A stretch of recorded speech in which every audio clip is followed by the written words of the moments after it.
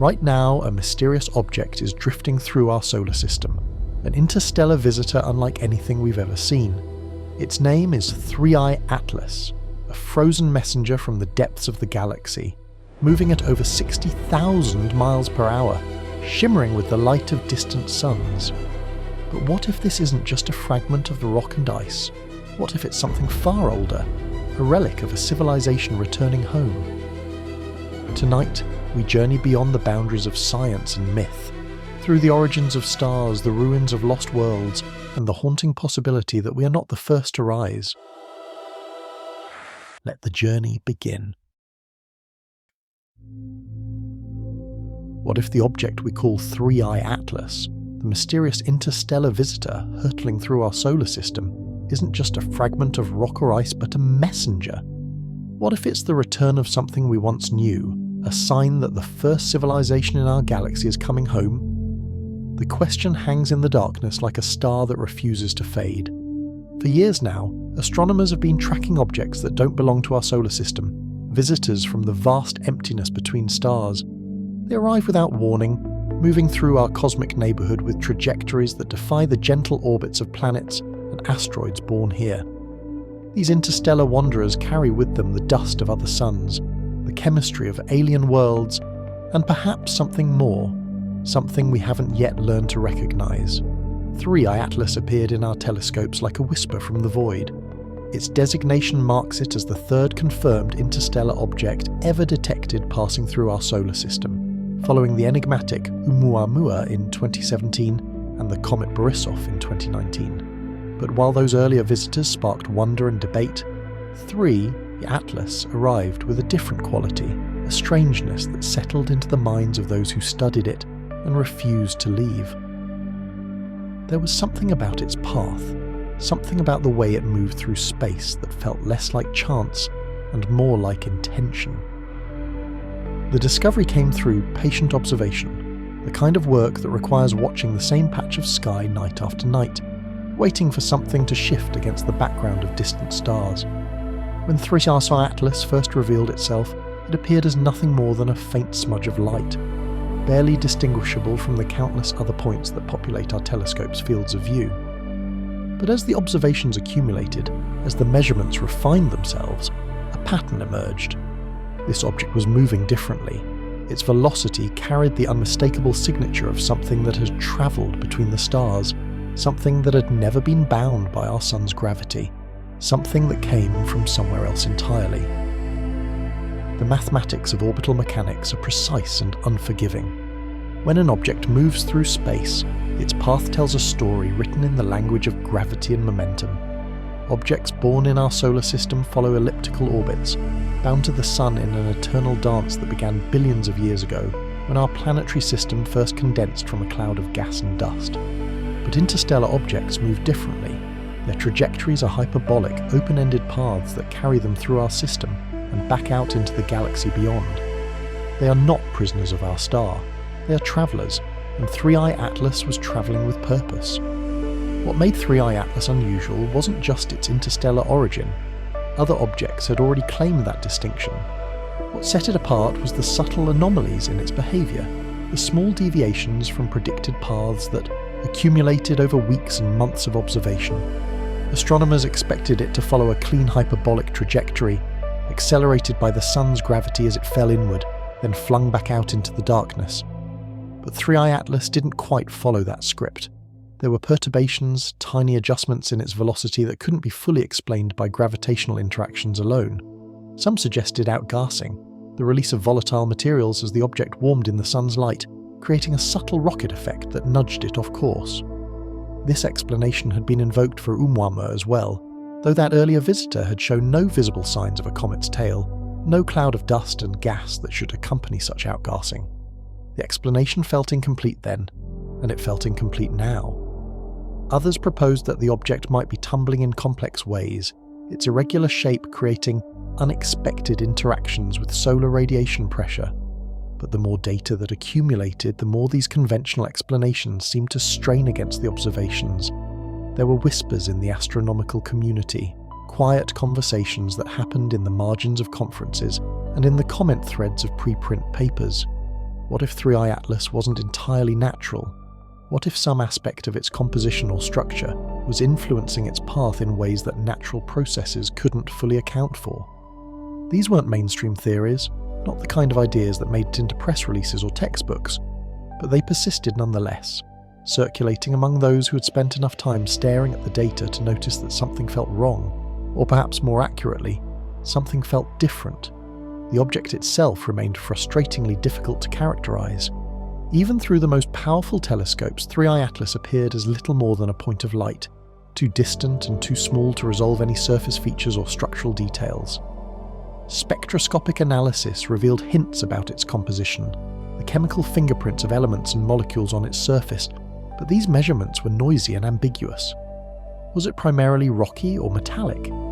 Was it a fragment of a shattered world, or something that had formed intact in the depths of interstellar space? The data suggested possibilities but confirmed nothing. What could be measured with certainty was its trajectory, and that trajectory told a story that grew more intriguing the longer astronomers studied it. 3 Atlas had entered our solar system from a specific direction in the sky, arriving from the general region of the constellation Perseus. Tracing its path backward through space and time, astronomers could estimate where it might have originated, though the uncertainties grew enormous over interstellar distances. It could have been travelling for millions of years, drifting through the galaxy at speeds that would carry it past countless stars before finally arriving here at this moment in our small corner of the cosmos. But what if that arrival wasn't random? What if the timing, the trajectory, the very presence of 3I Atlas in our solar system at this particular moment in human history meant something more than cosmic coincidence? These questions began to take root, not just among fringe theorists, but among serious researchers who understood that the universe was far stranger than our models predicted, that every assumption we made about what was possible and what was natural deserved to be questioned when confronted with something genuinely unprecedented. The name itself carried weight. Atlas. In Greek mythology, Atlas was the titan condemned to hold up the heavens, to bear the weight of the celestial sphere on his shoulders for eternity. He was a figure of immense strength and endurance, a being who stood at the boundary between earth and sky, between the mortal world and the realm of the gods.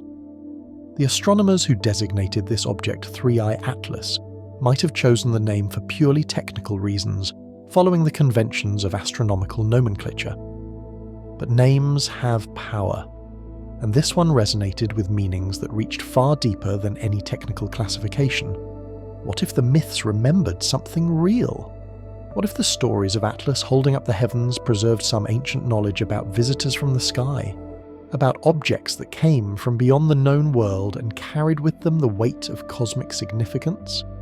Throughout human history, cultures around the world have told stories of beings who came from the stars, who brought knowledge and technology, who promised to return when the time was right. These stories were dismissed as primitive superstition, as the imaginative attempts of pre-scientific peoples to explain natural phenomena they couldn't understand. But what if those stories were memories, distorted by time and retelling, but memories nonetheless? The ancient Greeks weren't the only ones who looked to the sky and saw more than just lights in the darkness. The Sumerians spoke of the Anunnaki, beings who descended from the heavens and taught humanity the arts of civilization. The Egyptians built their pyramids aligned to the stars, their texts filled with references to gods who travelled between earth and sky. The Maya tracked the movements of Venus with obsessive precision, their calendars marking cycles that stretched across millennia, as if they were waiting for something to return. The Hindu Vedas described Vimanas, flying vehicles that carried the gods across the heavens. The Book of Enoch told of Watchers, celestial beings who descended to Earth and shared forbidden knowledge with humanity. These stories shared common threads that wove through cultures separated by oceans and millennia. They spoke of visitors from above, of knowledge given and then withdrawn, of promises made about return and renewal. They described cycles of time, great ages that rose and fell, civilizations that reached heights of wisdom and power before collapsing back into darkness. And they all suggested that the sky itself was alive with intelligence, that the stars were not just distant suns but waypoints in a vast network of consciousness that stretched across the galaxy. Modern science had largely dismissed these myths as the products of human imagination, as stories we told ourselves to make sense of a universe we didn't yet understand. But what if we had been too quick to dismiss them? What if the ancients had witnessed something real, something that our technological civilization was only now beginning to rediscover? The arrival of interstellar objects like 3I Atlas forced us to confront the possibility that our solar system was not isolated, that we existed within a larger cosmic context where objects, and perhaps intelligences, moved between the stars. The connection between 3I Atlas and the mythological Atlas grew more intriguing the deeper one looked. The Titan Atlas was said to have been punished for his role in the war between the Titans and the Olympian gods, condemned to hold up the sky as eternal penance. But other versions of the myth suggested different interpretations. Some ancient sources described Atlas not as a prisoner, but as a guardian, a being who voluntarily took on the burden of separating heaven and earth, of maintaining the cosmic order. He was associated with astronomy and navigation, credited with creating the first celestial globe, with understanding the movements of the stars and planets in ways that allowed mortals to find their way across land and sea. What if Atlas represented not a person, but a concept? A symbol of something that connected Earth to the heavens? What if the myth preserved the memory of an object or a presence that served as a bridge between our world and something beyond? The image of Atlas holding up the sky could be interpreted as a metaphor for something that maintained a connection, that kept open a pathway between different realms of existence. And if 3I Atlas was named after this figure, perhaps that name was more appropriate than anyone realised. The object continued its journey through our solar system, indifferent to the speculation and wonder it generated. Telescopes tracked its progress, measuring its position against the background stars with ever-increasing precision. Computer models predicted its future path, calculating when it would reach perihelion, its closest approach to the Sun, and when it would eventually exit our solar system, returning to the interstellar void from which it came. But those predictions carried uncertainties, small margins of error that reflected the anomalies in its motion, the subtle ways it deviated from purely gravitational trajectories. Some astronomers proposed sending a mission to 3I Atlas, a spacecraft that could intercept the object and study it up close, perhaps even land on its surface and return samples to Earth. The technical challenges were enormous. Interstellar objects moved at tremendous velocities, far faster than any spacecraft humanity had ever built. Catching up to 3I Atlas would require propulsion systems that didn't yet exist, or at minimum launch windows and trajectories that would take years to execute.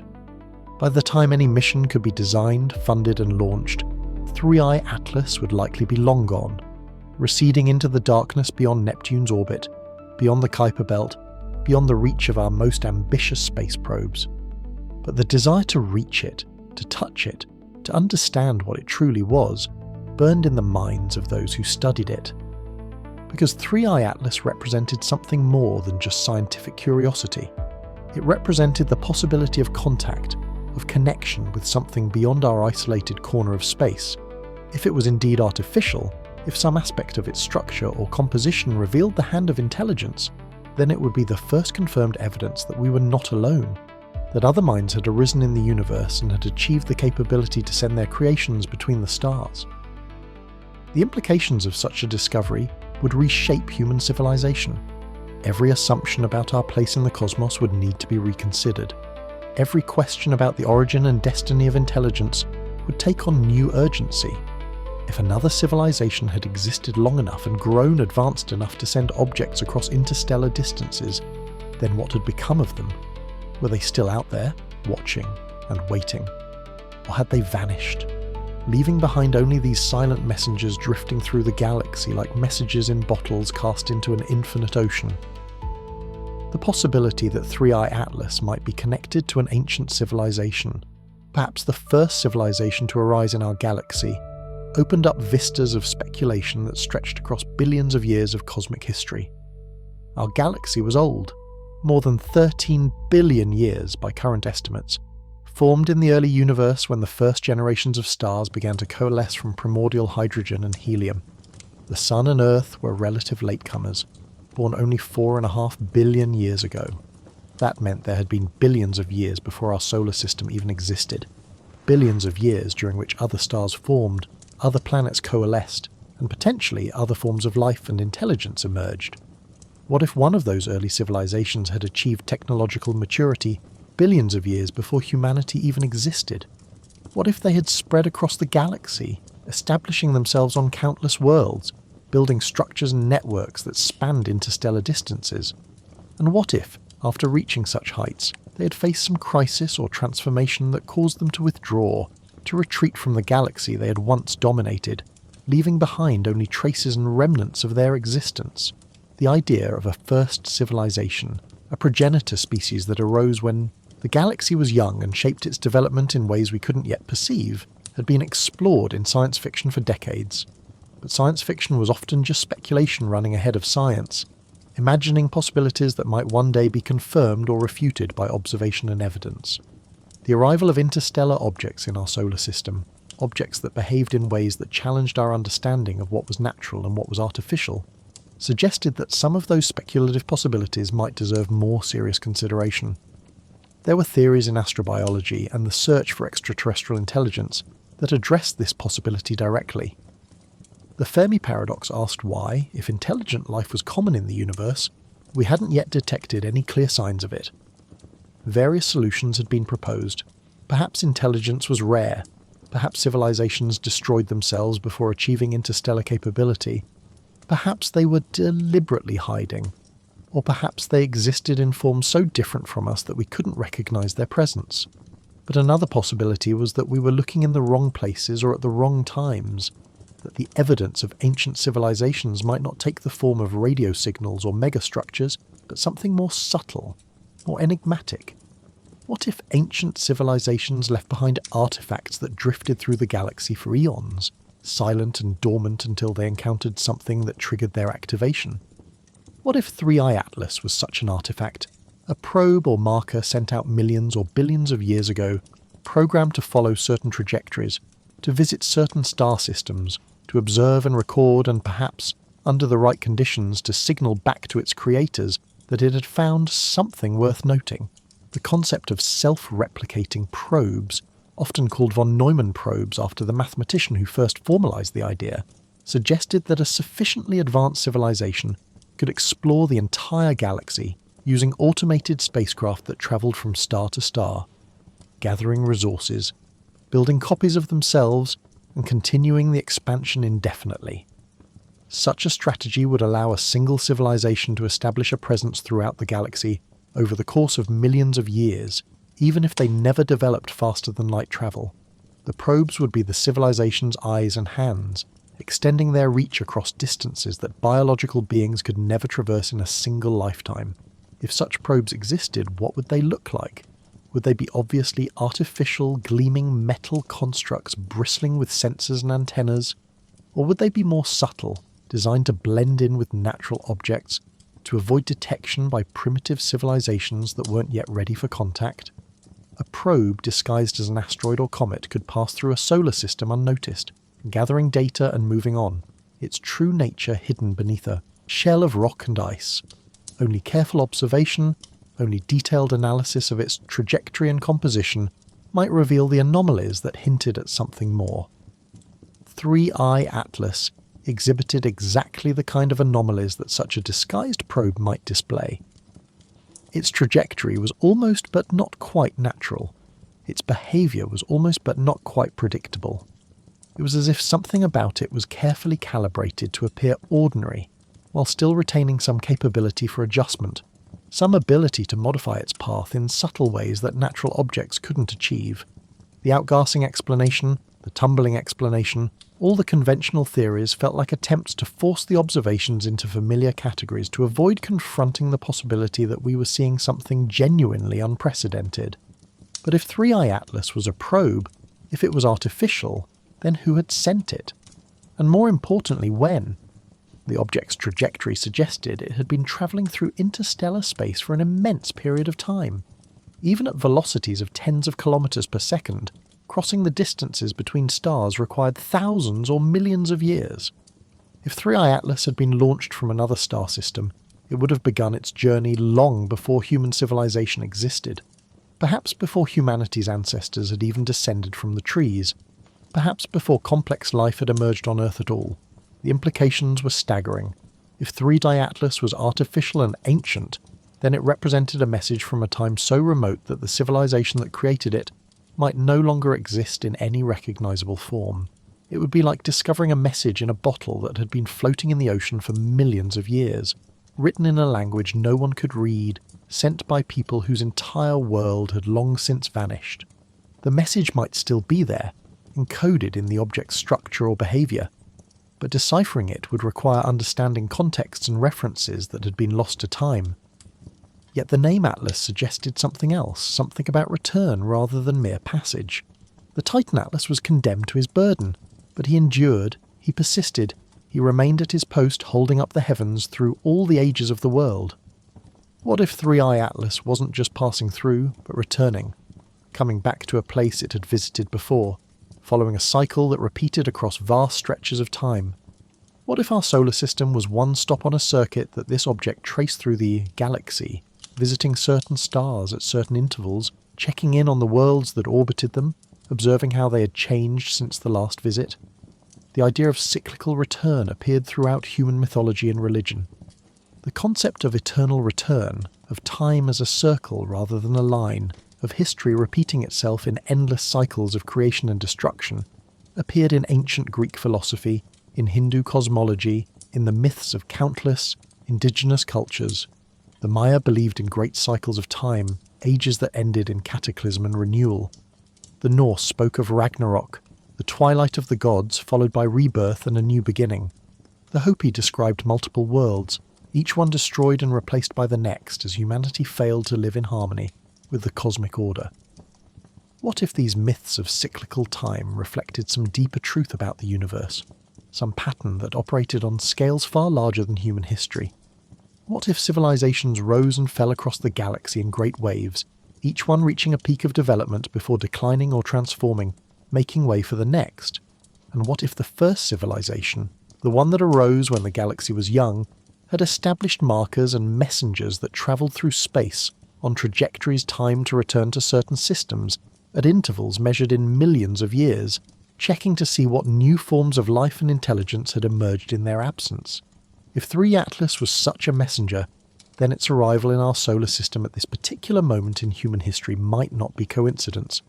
Perhaps it had been here before, passing through when Earth was a lifeless ball of molten rock, or when the first single-celled organisms were beginning to metabolize and reproduce in ancient oceans, or when dinosaurs ruled the continents.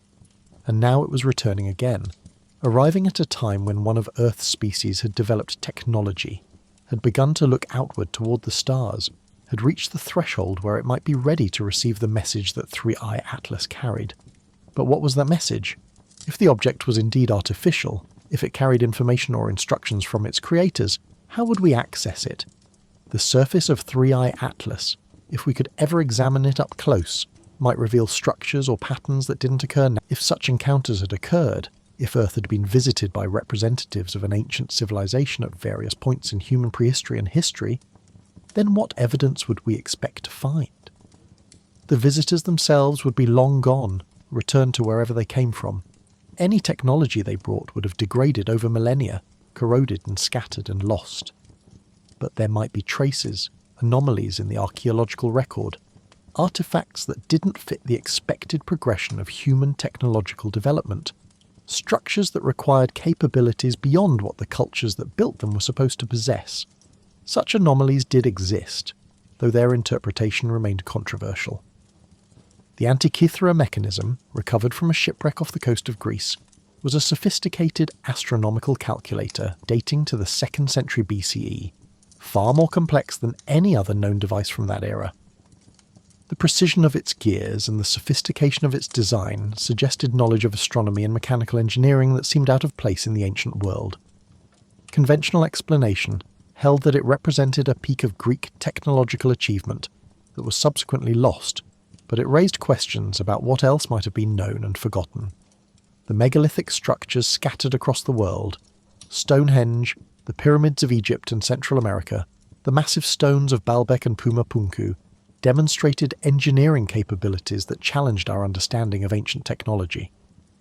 How were stones weighing hundreds of tons quarried, transported, and precisely fitted together using only the tools and techniques that conventional archaeology attributed to these cultures?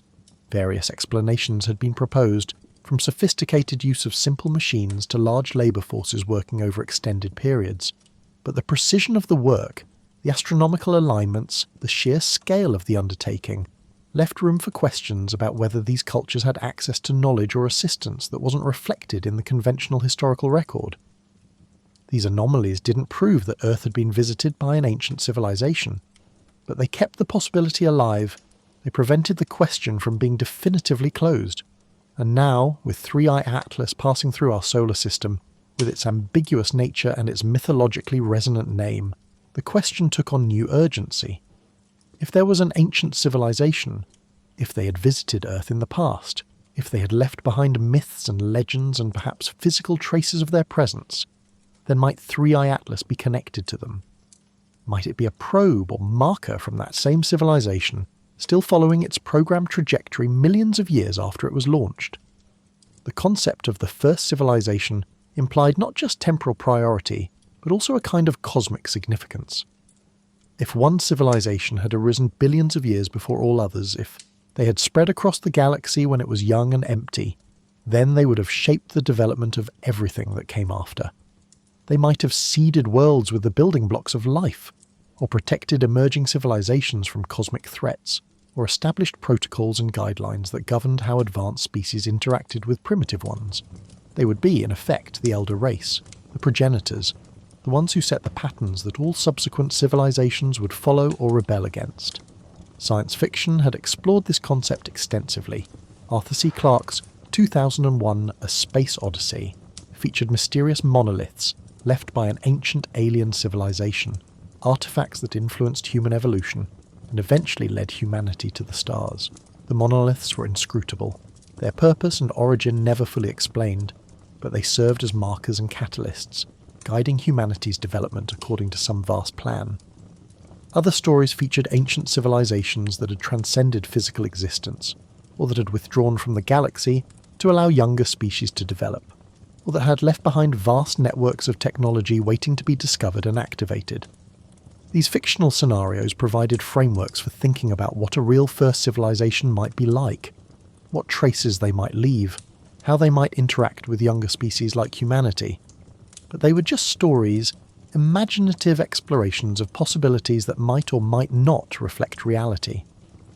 The question was whether 3i Atlas represented the transition from fiction to fact, whether we were finally encountering evidence of something that had previously existed only in speculation and myth. The trajectory of 3i Atlas, traced backward through space and time, pointed toward a region of the galaxy that contained thousands of stars, any one of which might have been its origin point.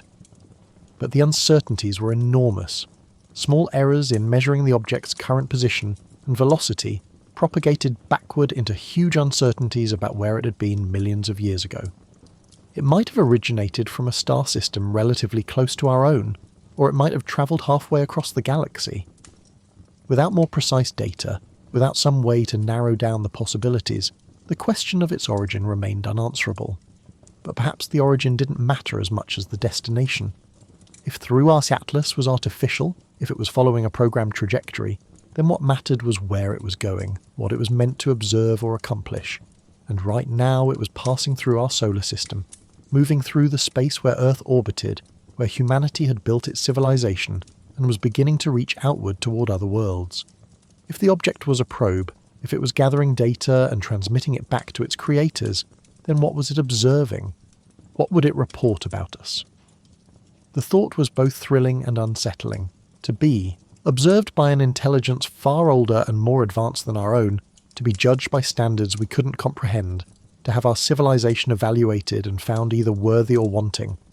These possibilities touched on deep human anxieties about our place in the universe. We wanted to believe we were special, that our achievements mattered, that our existence had significance beyond the brief flicker of our individual lives. But we also feared that we might be insignificant, that the universe was indifferent to our struggles and aspirations, that we were alone in a vast emptiness that cared nothing for our hopes and dreams. The possibility that 3i Atlas might be a messenger from the first civilization offered a middle path between these extremes. It suggested that we were not alone, that other intelligences existed or had existed, that the universe was populated with minds that could observe and understand and perhaps even care about what happened to emerging species like humanity. But it also suggested that we were not the centre of the story, that we were latecomers to a galaxy that had been shaped by forces and events that preceded us by billions of years, that our role was to be discovered rather than to discover, to be observed rather than to observe. This reversal of perspective was profound. For centuries, human civilization had been expanding its understanding of the universe, pushing back the boundaries of the known, discovering new worlds and new phenomena. We had been the observers, the explorers, the ones who looked outward and catalogued what we found. But if 3i Atlas was artificial, if it was observing us, then suddenly we were the ones being studied, the ones being catalogued, the ones whose behaviour and development were being recorded and analysed by intelligences we couldn't see or communicate with. The feeling was similar to what ancient peoples must have experienced when they looked up at the stars and imagined gods watching them from the heavens. But this wasn't imagination or superstition. This was a real object detected by real telescopes, following a real trajectory through our solar system. If it was observing us, then the observation was happening right now, in the present moment, using technologies and methods we could only guess at. And if it was transmitting data back to its creators, then somewhere in the galaxy, perhaps light years away, perhaps in a star system we had never observed, perhaps in a form of existence we couldn't comprehend, something was receiving that data and learning about us. What would they learn? What would they see when they looked at Earth through whatever sensors 3i Atlas possessed? They would see a world teeming with life, a biosphere of extraordinary complexity and diversity. They would see a species that had developed technology, that had split the atom and sent machines into space, that had begun to understand the fundamental laws of physics and chemistry and biology. But they would also see a species in crisis, struggling with environmental degradation and resource depletion, divided by conflicts and inequalities, uncertain about its future and its place in the cosmos.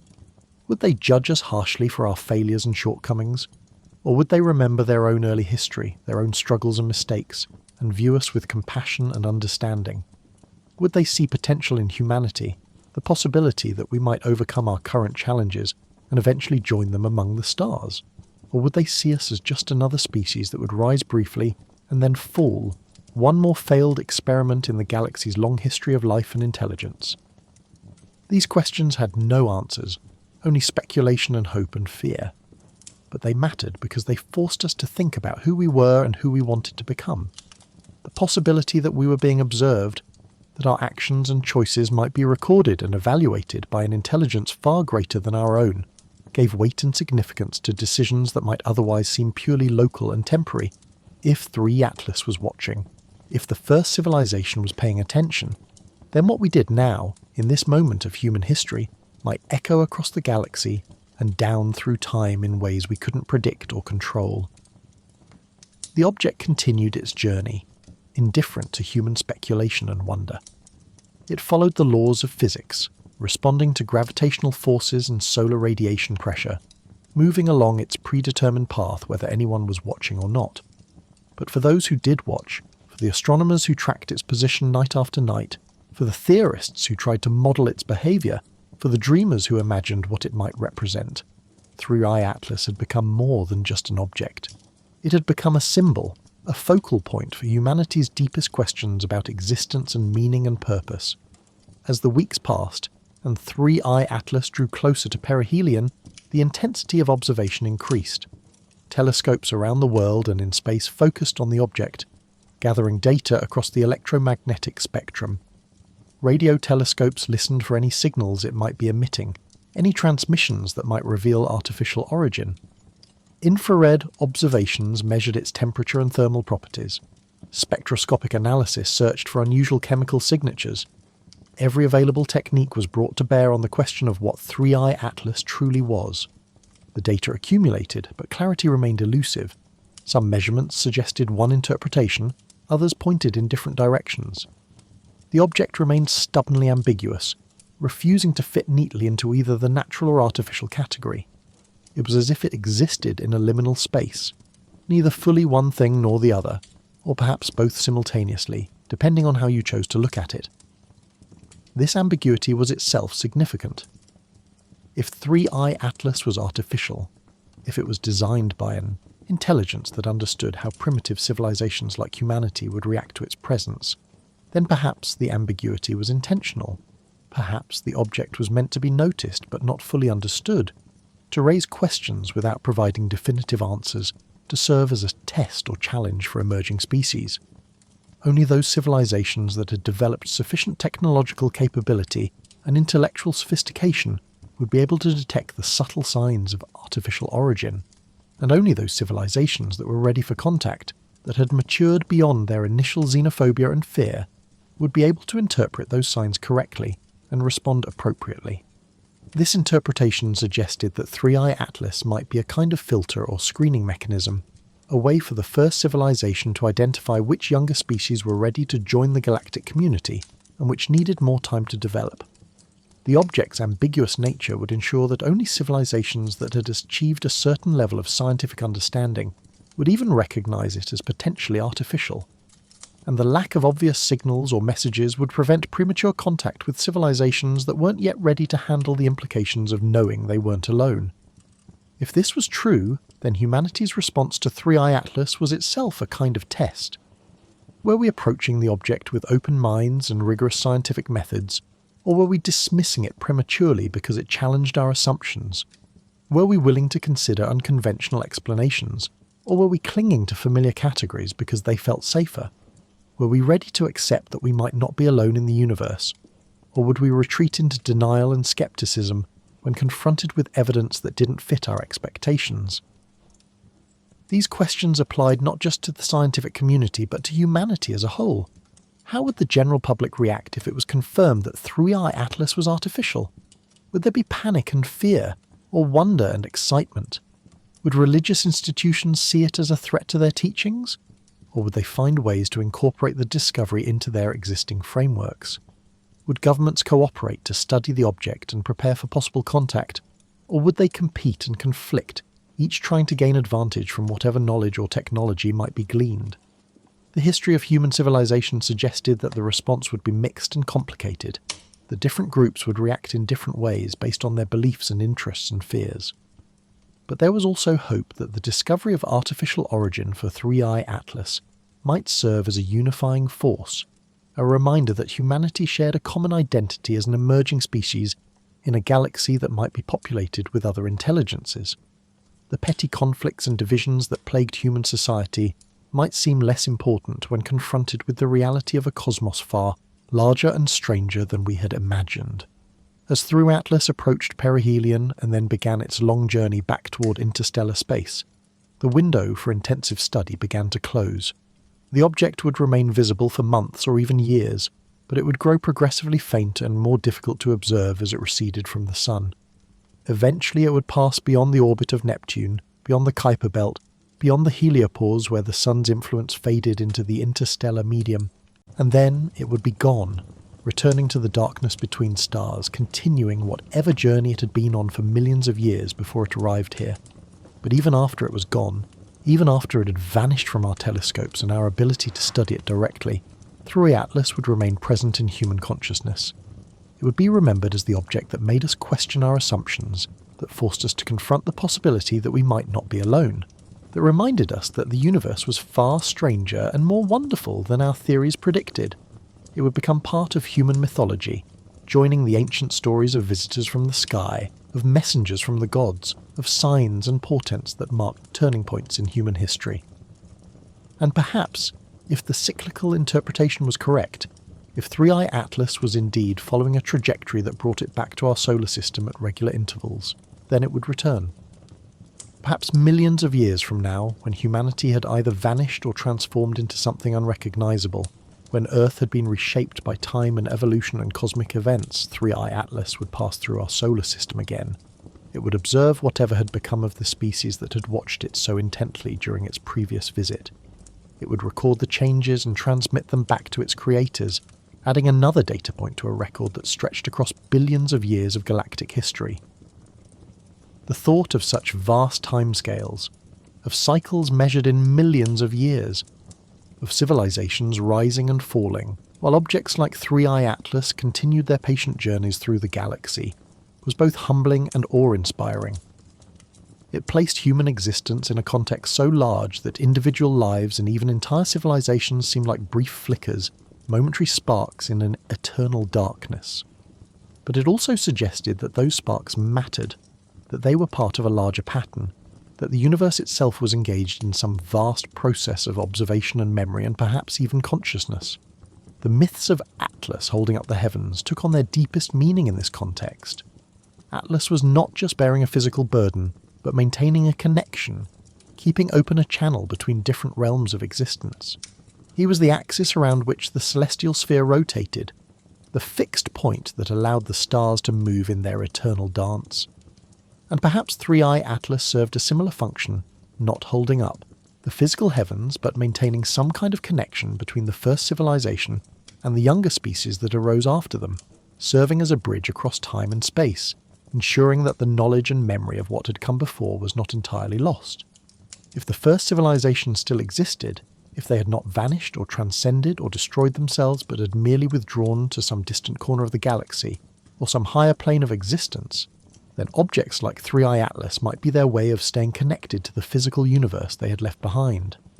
The probes would be their eyes and ears, their way of monitoring the development of younger species, of watching to see which ones survived and which ones failed, of gathering data that might inform their own understanding of life and intelligence in the cosmos. And if they were watching, if they were paying attention to what happened on Earth, and to how humanity responded to the passage of 3I Atlas through our solar system, then perhaps they were waiting for something. Perhaps they were waiting for humanity to reach a certain level of development, to demonstrate certain capabilities or qualities before they revealed themselves or made contact.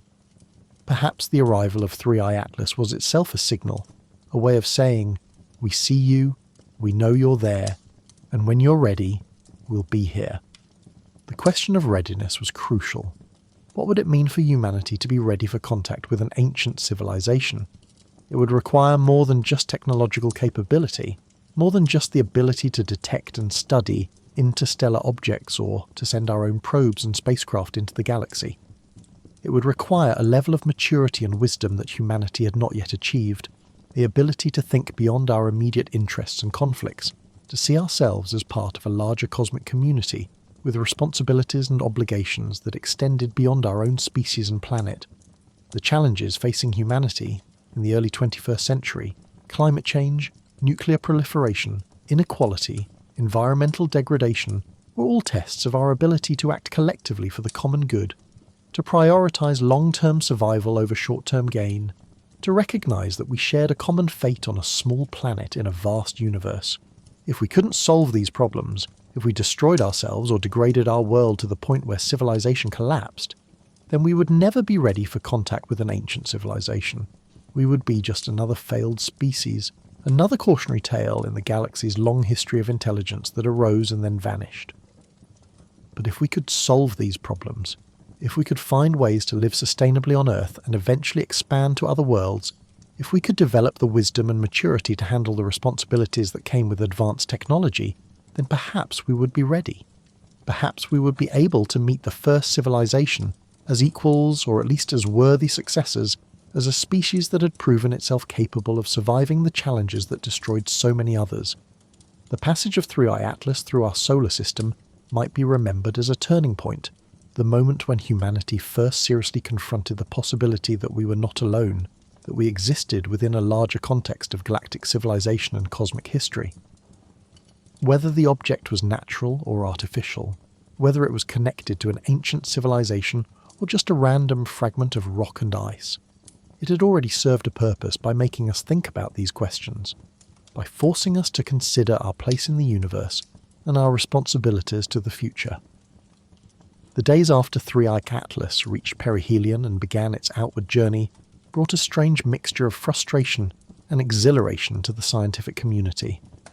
The telescopes had captured their data, the spectrometers had recorded their readings, and now came the painstaking work of analysis and interpretation. But beneath the methodical process of science ran an undercurrent of something deeper, a sense that humanity stood to threshold, that the passage of this object through our solar system represented more than just another astronomical event to be catalogued and filed away. In laboratories and observatories around the world, researchers pored over the data with an intensity that went beyond professional duty. They were searching for something, though many would have been hard-pressed to articulate exactly what. A sign, a signal, some definitive proof that would settle the question of 3 Atlas's nature once and for all. But the object remained elusive, its secrets encoded in subtle anomalies and ambiguous measurements that could be interpreted in multiple ways depending on one's assumptions and expectations. The debate spilled out of scientific journals and into the public consciousness. News outlets ran stories about the mysterious interstellar visitor, often accompanied by dramatic artist renderings that showed sleek alien probes or ancient artifacts drifting through space.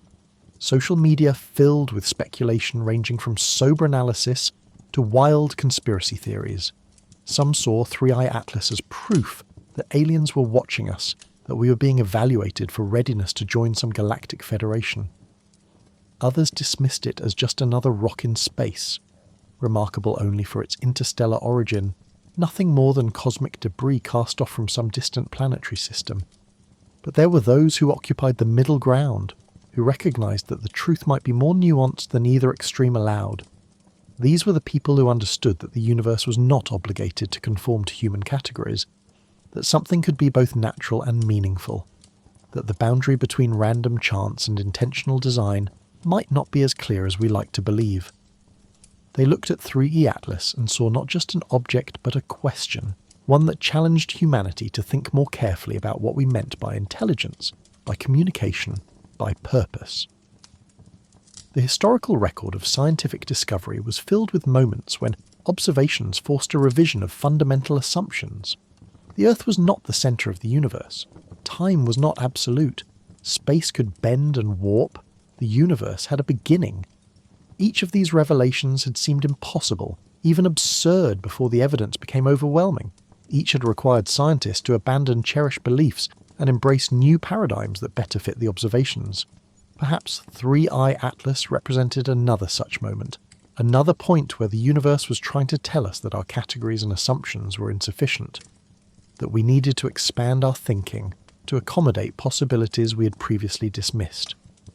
The question of artificial origin was particularly vexing because it touched on deep philosophical issues about the nature of design and purpose. When we looked at a human artifact, a tool, a building, a spacecraft, we recognised it as artificial because we understood the intentions behind it, because we could see how its structure served specific functions that couldn't be explained by natural processes alone. But what if we encountered an artifact created by an intelligence so different from our own that we couldn't recognise the intentions behind it? What if the functions it served were so subtle or so long-term that they didn't appear purposeful to our limited perspective? A probe designed by the first civilization might not look like anything humans would design. It might not have obvious sensors or antennas or propulsion systems. It might be engineered to operate on timescales of millions of years, using principles of physics we hadn't yet discovered, serving purposes we couldn't yet comprehend. It might be designed to appear natural, to blend in with the cosmic background, revealing its true nature only to civilizations that had achieved sufficient sophistication to notice the subtle signs that marked it as artificial. This possibility suggested that the search for artificial origin should focus not on looking for familiar signs of technology, but on looking for patterns that couldn't be easily explained by natural processes, anomalies that persisted despite our best attempts to account for them through conventional mechanisms. The trajectory deviations of 3i Atlas, the subtle perturbations in its motion that couldn't quite be explained by outgassing or radiation pressure, or gravitational interactions. These might be the signatures of something artificial, the fingerprints of design that remained visible even after millions of years of travel through interstellar space. But even if 3i Atlas was artificial, even if it was a probe or marker left by an ancient civilization, that didn't necessarily mean it carried a message intended for humanity. It might be part of a vast monitoring network that, observed countless star systems, gathering data for purposes that had nothing to do with contact or communication. It might be a relic, still functioning according to its original programming long after its creators had vanished or moved on to other concerns. It might be automated to the point where no conscious intelligence directed its actions anymore, just algorithms and subroutines executing instructions that had been encoded billions of years ago. This scenario was in some ways more unsettling than the idea of active observation. It suggested a universe where intelligence could create things that outlasted it by eons, where the artifacts and systems built by long-dead civilizations continued to function with mechanical persistence, carrying out tasks whose original purpose had been forgotten or become irrelevant. It raised questions about what humanity might leave behind if we too vanished, what traces of our existence would persist long after the last human had died, what our own automated systems and space probes might still be doing millions of years from now. The Voyager spacecraft, launched in 1957, were already on trajectories that would carry them out of the solar system and into interstellar space. They would drift through the galaxy for billions of years, long after Earth itself had been consumed by the expanding sun, long after any trace of human civilization had been erased from the cosmos. Each carried a golden record, a message from humanity to any intelligence that might eventually find them, containing sounds and images meant to represent the diversity of life and culture on Earth.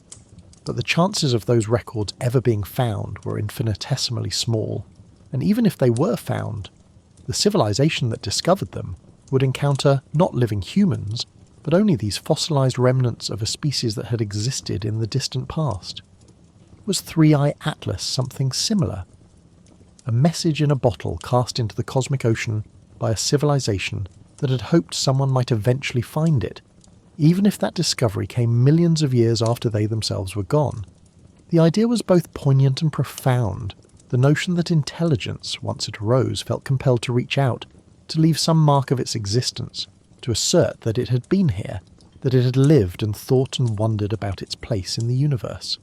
The ancient human impulse to leave marks and messages visible in cave paintings and monumental architecture and written texts might be a universal characteristic of intelligence. The need to say, "I was here," might transcend species and culture, might be a fundamental aspect of consciousness itself. And if that was true, then the galaxy might be filled with such messages, with artifacts and monuments and probes left by civilizations throughout cosmic history, most of them never found, most drifting in the darkness between stars until they were destroyed by collision or radiation, or the eventual heat death of the universe. But some might be found, and when they were found, they would create moments like this one, moments when a younger civilization encountered evidence of something older and perhaps wiser, something that had travelled further along the path of development and left behind traces of its journey. These moments would be rare, separated by vast stretches of time and space, but they would matter enormously to those who experienced them. They would be the points where different threads of cosmic history intersected, where the stories of separate civilizations briefly touched before diverging again into the darkness. The mythological resonances of this idea were powerful. The concept of inheritance, of receiving wisdom and knowledge from ancestors or predecessors, appeared in every human culture. We built on the achievements of those who came before us, learning from their successes and failures, carrying forward their discoveries and insights. What if this process of inheritance operated not just within human history, but across galactic history? What if the first civilization had left behind a legacy that subsequent civilizations could learn from? A repository of knowledge and experience accumulated over billions of years of existence. The ancient library of Alexandria had been conceived as a repository of all human knowledge, a place where the wisdom of every culture and every era would be collected and preserved. Its destruction was mourned as one of the great tragedies of history, the loss of knowledge that could never be fully recovered. But what if somewhere in the galaxy there existed a library far grander than Alexandria, a collection of knowledge accumulated not just from one species, but from countless civilizations that had risen and fallen across cosmic time? What if the first civilization had created such a repository, and what if objects like 3i Atlas were part of the system that maintained and updated it? This speculation led to questions about the nature of knowledge itself, and how it might be preserved across the vast expanses of time and space that separated civilizations. Information encoded in physical media would degrade over millions of years, corrupted by radiation and cosmic rays, eroded by the slow but inexorable processes of entropy. Even the most durable materials would eventually break down, their structures randomized, their information lost. How could knowledge be preserved for billions of years, across timescales that dwarfed the existence of any single civilization? Perhaps the answer lay not in preserving information in static form, but in encoding it in dynamic systems, in patterns that could maintain themselves through active processes rather than passive storage. Life itself was such a system. DNA preserved information across billions of years of evolution, not through static storage, but through continuous replication and error correction, through the constant activity of living cells that read and copied the genetic code. Perhaps an advanced civilization could create artificial systems that operated on similar principles, self-replicating probes that carried information encoded in their design and behavior, that could repair and maintain themselves across cosmic timescales. If 3i Atlas was such a system, then its very existence, its trajectory and behavior, might constitute a form of information storage and transmission. The object itself would be the message, its physical properties and motion through space encoding data that could be read by any civilization with sufficient technological sophistication. The anomalies in its trajectory, the deviations from purely gravitational motion, might not be accidental but intentional, carefully programmed variations that carried meaning to those who knew how to interpret them. This interpretation transformed the scientific study of 3i Atlas from mere observation to an act of potential translation. The researchers analysing the object's motion weren't just measuring an astronomical phenomenon, they were potentially decoding a message from an ancient civilization, reading a text written in the language of orbital mechanics and physics. Every data point, every measurement, every observation might be part of that message, a letter in an alphabet we were only beginning to recognise. But even if this was true, even if 3i Atlas was broadcasting information in its very existence, the message might be incomprehensible to humanity at our current level of development. Imagine trying to teach calculus to someone who had never learned arithmetic, or trying to explain quantum mechanics to someone who believed the world was flat. There were levels of understanding that had to be achieved in sequence, foundations that had to be laid before more advanced concepts could be grasped. Perhaps the message encoded in 3i Atlas required knowledge or perspectives that humanity hadn't yet achieved, mathematical frameworks or philosophical concepts we hadn't yet discovered. This possibility was simultaneously frustrating and hopeful. Frustrating because it meant we might be staring directly at profound truths without being able to recognise them, that the answers to our deepest questions might be right in front of us but beyond our current ability to comprehend. But hopeful because it implied that there was more to discover, that humanity's intellectual journey was far from complete, that we had heights of understanding still ahead of us that would eventually allow us to decode the messages left by elder civilizations. The educational function of such messages would be crucial. If the first civilization wanted to pass on their knowledge to younger species, they would need to do so in ways that guided those species through the necessary stages of development. They couldn't simply hand over advanced technology or profound insights. That would be like giving a child a loaded gun, or a book written in a language they couldn't read. Instead, they would need to create a curriculum, a sequence of discoveries and revelations that built on each other, that led younger civilizations step by step toward greater understanding. Objects like 3i Atlas might be part of that curriculum. Their ambiguity might be intentional, designed to make younger civilizations think and question and debate. The process of studying the object, of wrestling with its anomalies and trying to determine its nature, might be more important than any specific answer. It might be teaching us how to think about the universe in new ways, how to question our assumptions, how to remain open to possibilities we hadn't previously considered. This pedagogical interpretation suggested that the first civilization, if they existed, took their role as elder species seriously. They weren't content to simply exist in isolation, hoarding their knowledge and allowing younger species to struggle blindly toward enlightenment. Instead, they actively worked to educate and guide, creating systems and objects that would appear at appropriate times in the development of emerging civilizations, providing hints and clues and challenges that would push those civilizations toward greater wisdom and capability. The myths of divine teachers and culture heroes took on new meaning in this context. Prometheus bringing fire to humanity, Quetzalcoatl teaching the arts of civilization to the Mesoamericans, Oannes emerging from the sea to instruct the ancient Sumerians. These stories all described beings who came from outside human society and provided knowledge that transformed human existence. What if these weren't just myths, but distorted memories of actual contact with representatives of an elder civilization, beings who had intervened at crucial points in human development to provide guidance and instruction? The prohibition against such intervention, the famous prime directive from science fiction that forbade advanced civilizations from interfering with less developed ones, might not reflect the actual ethics of real elder civilizations. Perhaps they had learned through long experience that some degree of guidance and intervention was beneficial, that younger civilizations left entirely to their own devices too often destroyed themselves or stagnated at primitive levels of development. Perhaps the first civilization had developed sophisticated protocols for intervention that provided just enough help to allow younger species to overcome critical challenges without robbing them of agency or the valuable lessons learned through struggle. If this was true, then human history might be dotted with such interventions, moments when our ancestors received crucial knowledge or assistance that allowed our civilization to advance past bottlenecks that might otherwise have proven insurmountable. The sudden appearance of agriculture in multiple locations around the world, the rapid development of mathematics and astronomy in ancient civilizations, the seemingly inexplicable leaps in technology and understanding that occurred at various points in history. Perhaps some of these had been nudged along by subtle interventions from elder species who watched over emerging civilizations and provided help when it was most needed.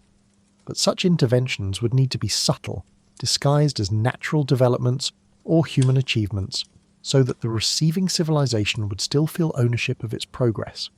Too obvious an intervention would create dependence, would make the younger civilization look always to the elder for answers, rather than developing their own capabilities.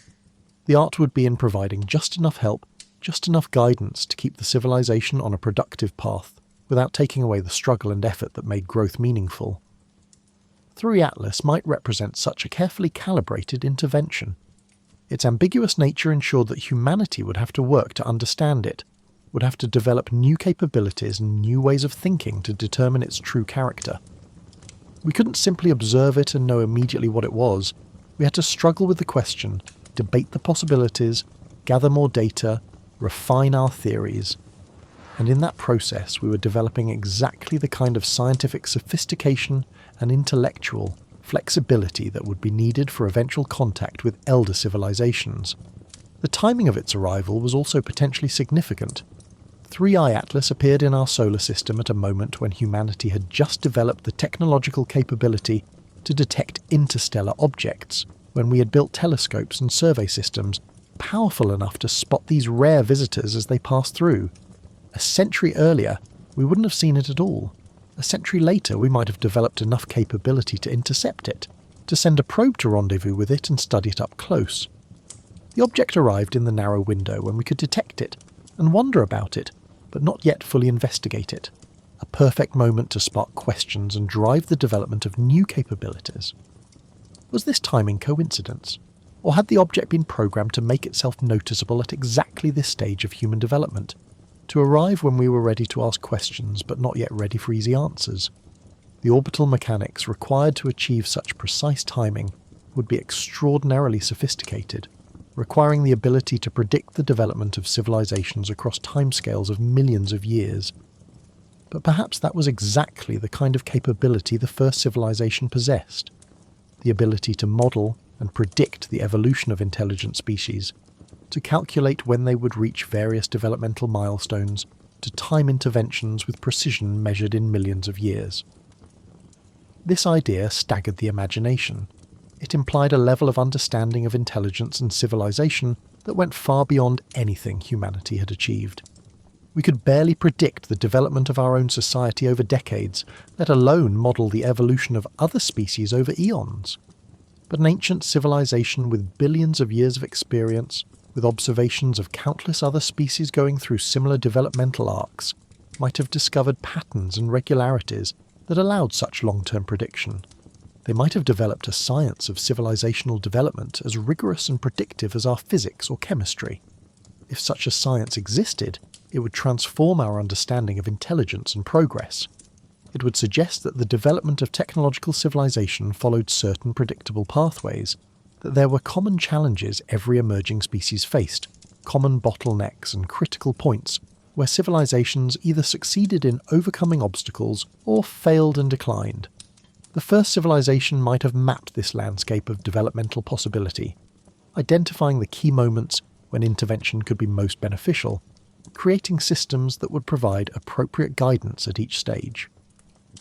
This model of guided development stood in contrast to the more pessimistic interpretations of the Fermi paradox, which suggested that most civilizations destroyed themselves before achieving interstellar capability.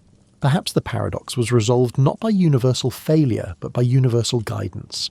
Elder civilizations watching over younger ones, preventing the most catastrophic outcomes, ensuring that a certain percentage of emerging species successfully navigated the dangers of technological adolescence and matured into stable, long-lived civilizations.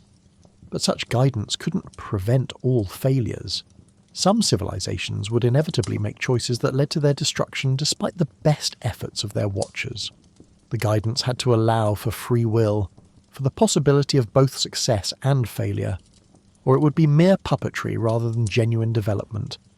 The first civilization might watch with regret as some younger species destroyed themselves, but they would respect the autonomy that made intelligence meaningful, the freedom that allowed for both growth and tragedy. Humanity in the early 21st century stood at exactly such a critical juncture. The challenges we faced, climate change, nuclear weapons, artificial intelligence, biotechnology, all carried the potential for both tremendous benefit and catastrophic harm. We had developed capabilities that could either elevate our civilization to new heights or destroy it entirely, and the choices we made in the coming decades would determine which outcome prevailed.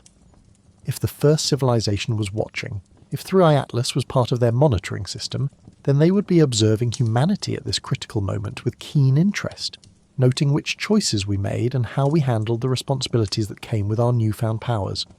The weight of that observation, the sense of being watched and evaluated by an intelligence far greater than our own, could be either paralyzing or motivating. It could make us doubt our own judgment, make us wish for clearer guidance, make us long for the elder civilization to simply tell us what to do. Or it could inspire us to rise to the occasion, to prove ourselves worthy of joining the community of advanced civilizations, to demonstrate that humanity deserved to survive and thrive and eventually take its place among the stars. The myths and religious traditions of humanity had long grappled with the idea of divine judgment, of being evaluated by higher powers, of needing to prove oneself worthy of salvation or enlightenment. Perhaps these spiritual frameworks were humanity's way of preparing itself for the moment when such evaluation would become literal, when we would actually be observed and assessed by elder intelligences who would determine whether we were ready for contact and inclusion in the galactic community. But the evaluation wouldn't be based on our adherence to any particular religious doctrine or moral code.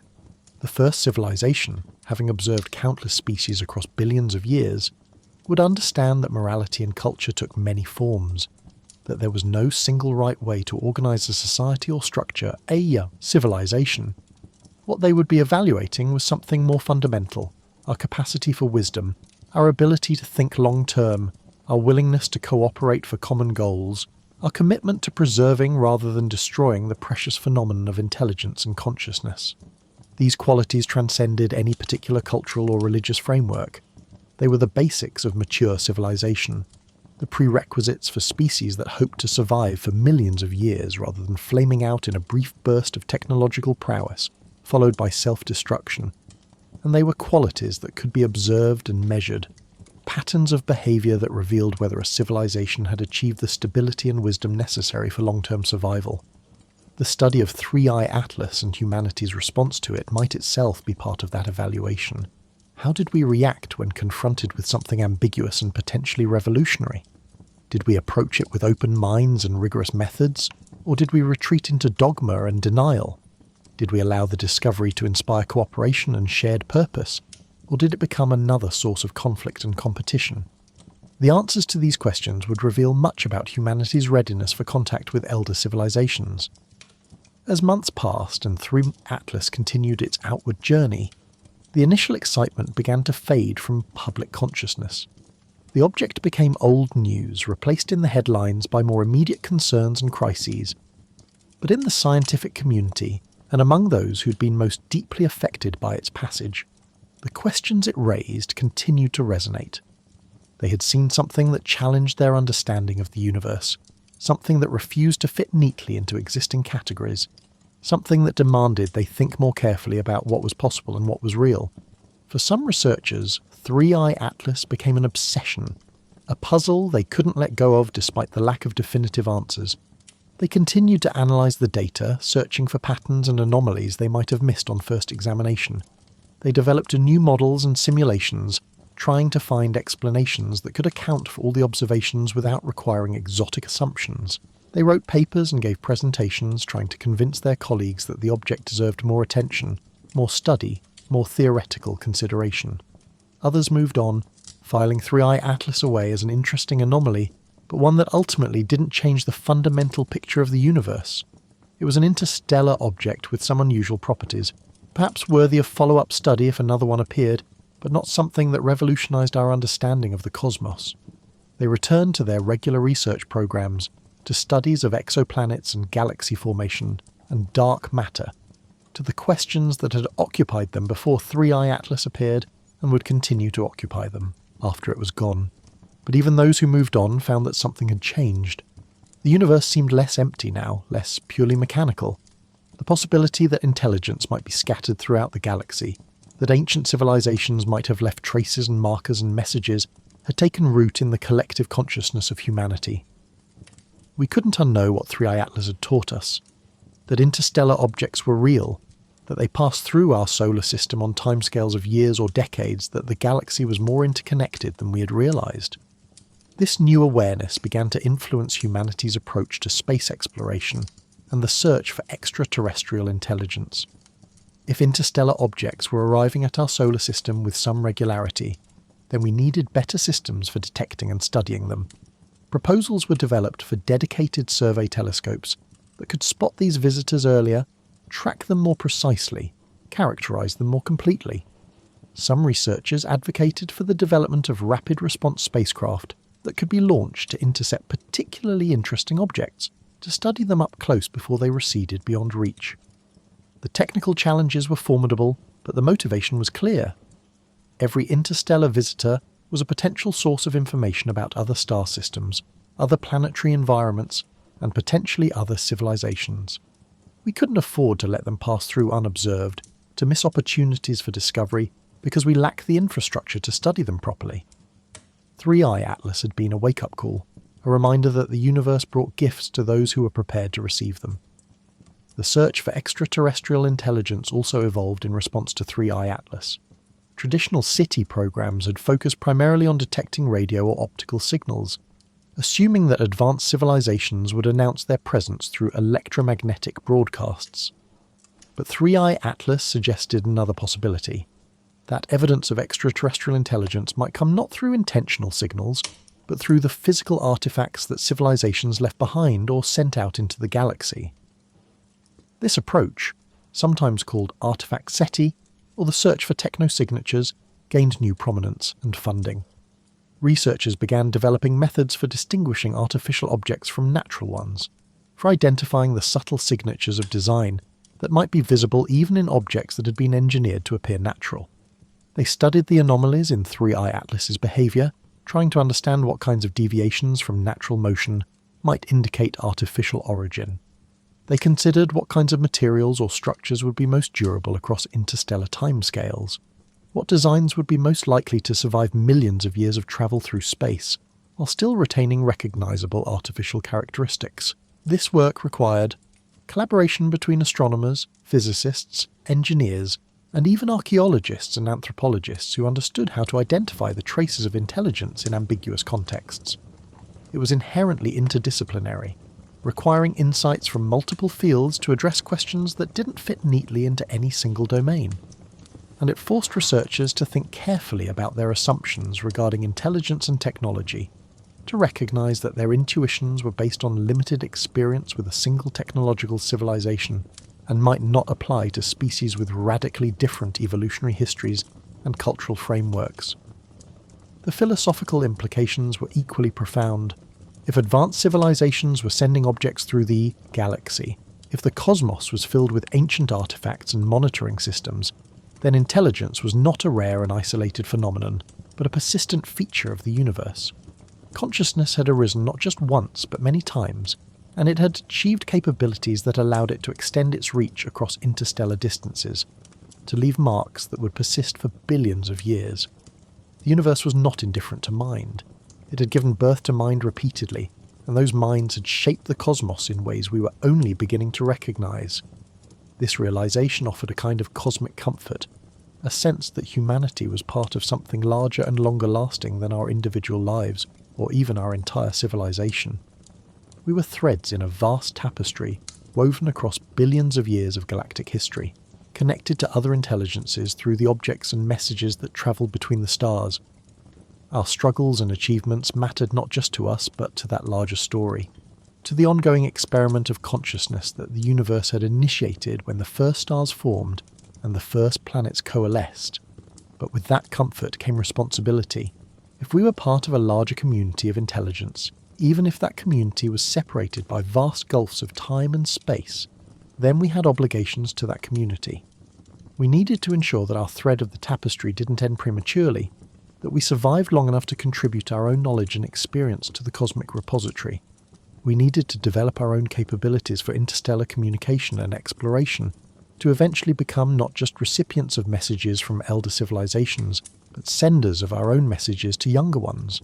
The vision of humanity's future that emerged from contemplating 3i Atlas was ambitious and inspiring. We would solve our current crises, overcome the challenges that threaten to destroy us, and mature into a stable civilization capable of thinking across timescales of millions of years. We would develop the technology for interstellar travel, sending our own probes and perhaps eventually our own people to other star systems. We would discover other civilizations, some younger than us, and some older, and we would learn from them and teach them in turn. And perhaps, millions of years from now, we would ourselves become an elder civilization, watching over emerging species, sending our own artifacts through the galaxy to guide and inspire. This vision stood in stark contrast to the darker scenarios that often dominated discussions of humanity's future. The fears of environmental collapse, nuclear war, AI catastrophe, or slow decline into barbarism. It offered hope without being naive, acknowledging the challenges we faced while insisting that they could be overcome, that humanity had the potential for greatness if we could find the wisdom and will to realise it. 3i Atlas, whether natural or artificial, whether random or intentional, had become a symbol of that hope. It represented the possibility of contact and connection across the vast distances of space and time that separated civilizations. It suggested that the universe was not empty but filled with intelligence and purpose, that consciousness had a role to play in the cosmic story, that the work of thinking and wondering and striving to understand was not futile, but meaningful in ways that extended far beyond our immediate experience.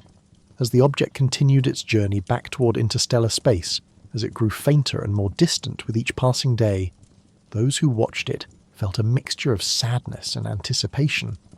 Sadness because a rare opportunity was slipping away, because the chance to study this mysterious visitor was coming to an end. But also anticipation, because 3i Atlas had shown that such visitors were possible, that the galaxy sent messengers to those who were ready to receive them. If one interstellar object had appeared, others would follow. And with each new arrival, with each new opportunity for study and wonder, humanity would learn more about the cosmos and our place within it. The myths of return, the ancient promises that the gods would come back, that the golden age would be restored, that the mysteries would finally be revealed, these took on new significance in light of 3i Atlas. Perhaps the promises were true, not in the literal sense that ancient peoples had understood them, but in a deeper sense. Perhaps the universe itself promised that intelligence would not remain isolated, that consciousness would find ways to bridge the gaps between stars, that the work of understanding would eventually connect minds across cosmic distances. Thurukis Atlas had passed through our solar system like a word spoken in the darkness, like a sentence in a conversation that had been going on for billions of years. We had caught only a fragment of that sentence, enough to know that something was being said but not enough to understand the full message. But we had heard it, and we had responded by listening more carefully, by building better instruments, by asking deeper questions. And in that response, we had taken our first steps toward joining the conversation, toward adding our own voice to the cosmic dialogue between intelligences separated by space and time. The object receded into darkness, its light fading until it was lost among the countless other points that filled the night sky. But it had left something behind, not a physical trace, but a transformation in human consciousness, a shift in how we thought about ourselves and the universe. We would never look at the stars the same way again. We would always wonder what other objects might be passing through our solar system undetected, what other messages might be waiting for us if we only knew how to look. The sky had become a place of infinite possibility, and 3 Atlas had been our guide into that new understanding. What if it was the first civilization returning? What if the ancient cycle was beginning again, the pattern repeating as it had countless times before? We might never know for certain, but the question itself was enough to change us, to make us reach beyond our current limitations, to inspire us to become something more than we had been. And perhaps that was the real message of 3i Atlas, not any specific information encoded in its structure or trajectory, but simply the reminder that we were part of something larger, that the universe was alive with meaning and purpose, that the work of consciousness mattered across cosmic scales. The first civilization, if they existed, would be watching to see what we did with that reminder. They would be observing whether humanity rose to meet the challenge or fell back into comfortable certainty. They would be noting our choices and our commitments, evaluating whether we were ready to take the next steps toward maturity as a civilization. And 3i Atlas, the silent traveller from distant stars, would carry news of that evaluation back to wherever it was going, adding one more data point to a record that stretched across billions of years of galactic history. The nature of return across deep time. To speak of the first civilization returning required confronting a concept that human minds were not evolved to grasp. Deep time. Not the thousands of years of recorded history, not even the millions of years of human evolution, but the billions of years across which a truly ancient civilization might exist. If the first civilization had arisen when our galaxy was young, perhaps 10 billion years ago, then they had existed for a span of time more than twice as long as Earth itself had been a solid planet. What did return mean across such gulfs of time? What did continuity of identity mean for a civilization that had endured longer than most stars? The human conception of civilization was based on our own brief experience, a few thousand years of written history, perhaps 10,000 years since the agricultural revolution. Even our longest-lasting institutions, our most enduring religions and empires, measured their lifespans in mere centuries or millennia. We had no framework for understanding what a civilization might become after 1 billion years, let alone 10 billion. The changes would be so profound, so total, that the civilization that existed now might bear no recognizable relationship to the one that had begun so long ago. Consider what humanity had become in just a few 100,000 years of existence as a distinct species. We had evolved from small bands of hunter-gatherers in Africa to a global civilization of billions, had developed language and art and science, had split the atom and sent machines to other worlds, and yet biologically we were still essentially the same species that had painted caves at Lascaux and carved figurines from mammoth ivory. Our brains were the same size, our bodies the same shape. The real changes had been cultural, technological, social, but even those had occurred within the constraints of human biology and psychology. But a civilization that persisted for billions of years would not remain constrained by its original biology. The first civilization would have had eons to master genetics, to redesign themselves at the molecular level, to transcend the limitations of the flesh that had given birth to their consciousness. They might have uploaded their minds into substrates more durable than biological neurons, encoded their personalities and memories in crystalline matrices or quantum fields that could survive for geological ages without degradation.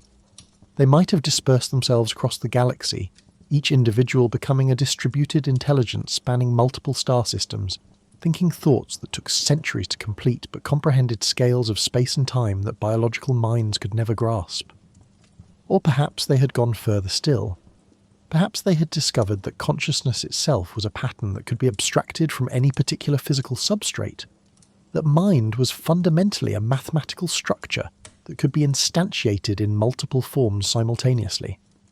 They might exist now as pure information, as patterns of organisation that propagated through the fabric of space-time itself, as conscious fields that permeated the galaxy, like an invisible ocean in which younger civilizations swam without knowing they were immersed in something alive and aware.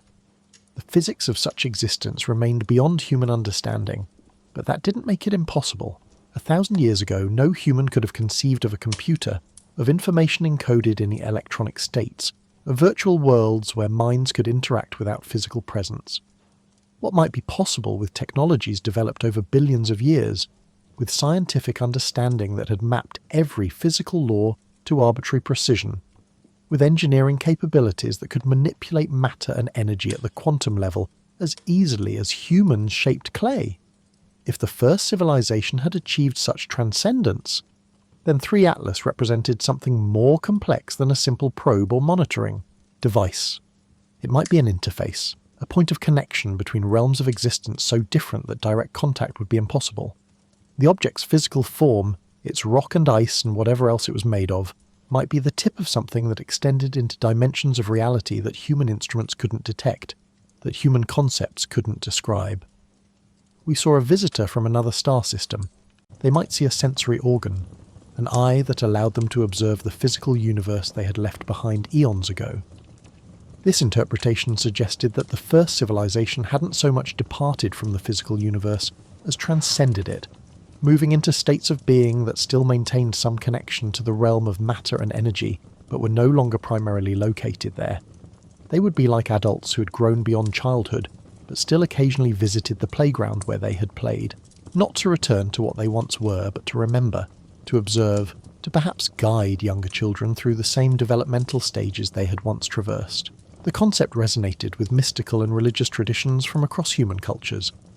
The idea of transcendence, of spiritual evolution toward higher planes of existence, appeared in Buddhism and Hinduism, in Gnosticism and Kabbalah, in indigenous shamanic traditions worldwide. These frameworks described reality as layered, with the physical world being merely the lowest or densest level, and consciousness capable of ascending through progressively more refined states of being. What if these weren't just metaphorical or psychological maps, but actual descriptions of something real, something that advanced civilizations discovered and achieved through technological or evolutionary means? The Tibetan Buddhist concept of the tulku, a being who had achieved enlightenment but chose to return to the physical world to help others, offered a particularly apt parallel. The tulku was not bound by the limitations of ordinary existence but voluntarily adopted them to serve a compassionate purpose. Perhaps the first civilization operated on a similar principle, maintaining connections to the physical universe, not because they needed to, but because they chose to, out of some sense of responsibility or care for the younger civilizations still struggling through the challenges they had long ago overcome. But this raised questions about motivation that were perhaps even more difficult than the technical questions about capability. Why would a civilization that had transcended physical existence care about species like humanity? What would motivate them to maintain monitoring systems, to send probes like 3i Atlas, to watch over the development of beings so far below them in capability and understanding that we might as well be insects? The gulf between the first civilization and humanity would be vastly greater than the gulf between humans and bacteria. What did bacteria matter to us, except when they threatened our health or proved useful for our purposes? Perhaps the answer lay in memory. The first civilization would remember what it was like to be young, to struggle with existence, to face the challenges that threatened to destroy them before they achieved stability. Those memories, preserved across billions of years, might generate a kind of cosmic empathy, a recognition that every form of consciousness was precious because it recapitulated something of their own journey. They might see in humanity a version of themselves as they once were, and that recognition might motivate them to provide the kind of help they wished they had received during their own difficult adolescence as a species. Or perhaps their motivation was more abstract, rooted in values and purposes that had evolved over billions of years into something human minds couldn't recognize as motivation at all. A civilization that old would have had time to contemplate the deepest questions of existence, to develop philosophical and ethical frameworks of extraordinary sophistication, to arrive at conclusions about meaning and purpose that transcended the biological imperatives that drove younger species. They might help younger civilizations not out of empathy or self-interest, but out of commitment to principles so refined that they appeared to us as something like cosmic dharma, the natural order of how consciousness should relate to itself across the universe. The possibility that 3i Atlas was returning implied that the first civilization had visited before, that there was a history of contact stretching back into Earth's past. But what would such contact have looked like? If they had been watching Earth for billions of years, they would have observed its entire history from barren rock to living world. They would have seen the first self-replicating molecules emerge in ancient oceans, watched as single cells evolved into complex multicellular life, observed the explosion of diversity in the Cambrian, witnessed the rise and fall of the dinosaurs, noted the emergence of mammals and primates, and eventually humans. At what point would they have begun to take special interest? When the first neurons fired in the first nervous system, creating the earliest glimmers of subjective experience? When the first primate looked up at the night sky and wondered what those lights were? When the first human stood upright and freed their hands to make tools? When language emerged and humans could share their thoughts, creating culture that could be transmitted across generations?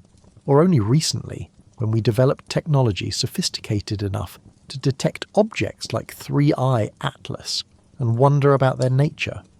Each of these moments represented a threshold, a qualitative change in the complexity and capability of consciousness on Earth. An ancient civilization monitoring the development of life on countless worlds might have developed sophisticated metrics for identifying such thresholds, algorithms for determining when a planet had crossed from one category to another, protocols for how to respond at each stage. Earth might be one of millions of worlds they tracked, each at different stages of development, each requiring different levels of attention and intervention. This suggested not a binary state of contact versus non-contact, but a spectrum of engagement that varied based on the developmental stage of the younger civilization. In Earth's distant past, when life was simple, the engagement might have been minimal. Occasional observations, basic data collection, perhaps subtle adjustments to conditions that would favour the evolution of complexity. As life became more sophisticated, as nervous systems and brains evolved, the attention might have increased, with more frequent monitoring and more detailed study. And now, as humanity approached the threshold of becoming a technological civilization capable of spreading beyond its home planet, the engagement might be entering a new phase, one that required different protocols and raised the possibility of more direct contact. 3i Atlas might be part of that transition, a signal that humanity had been noticed, that we had achieved a level of development that warranted a different kind of attention. The object's ambiguous nature, hovering between natural and artificial interpretations, might be exactly appropriate for this moment. Obvious enough to be detected by our best instruments, strange enough to provoke serious investigation, but not so clearly artificial that it would cause the kind of societal disruption that premature contact might trigger. This gradualist approach to contact made sense from the perspective of a civilization that thought in timescales of billions of years. They wouldn't be impatient, wouldn't force the pace of development, would be willing to wait centuries or millennia for humanity to mature to the point where contact could be productive rather than destructive. From their perspective, a few thousand years was nothing barely worth noting. They could afford to be patient, to let younger civilizations develop at their own pace, intervening only subtly when necessary to prevent catastrophic outcomes or provide crucial hints at key moments. But this raised uncomfortable questions about human agency and autonomy. If the first civilization had been guiding humanity's development for thousands or millions of years, then how much of what we thought of as our own achievement was really ours?